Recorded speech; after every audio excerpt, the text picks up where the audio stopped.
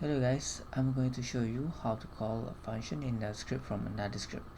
So let's say we have two classes called script A and script B, and then we attach them in the same game object. Then let's open both scripts and put them side by side.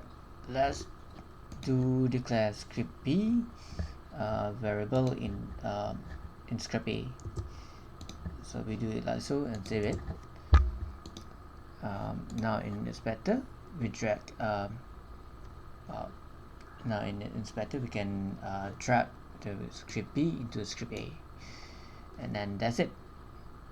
This thing can be done if your script is not attached into the same game object. Let's say we have a new game object, and then we do this, and then we just drag it into empty field. Done. How do we call a function from script B from script A? So let's say we have a call method B function, and then we do a debug log call function in script B. How we do it? We do it like this. We call the script B variable and dot call method B.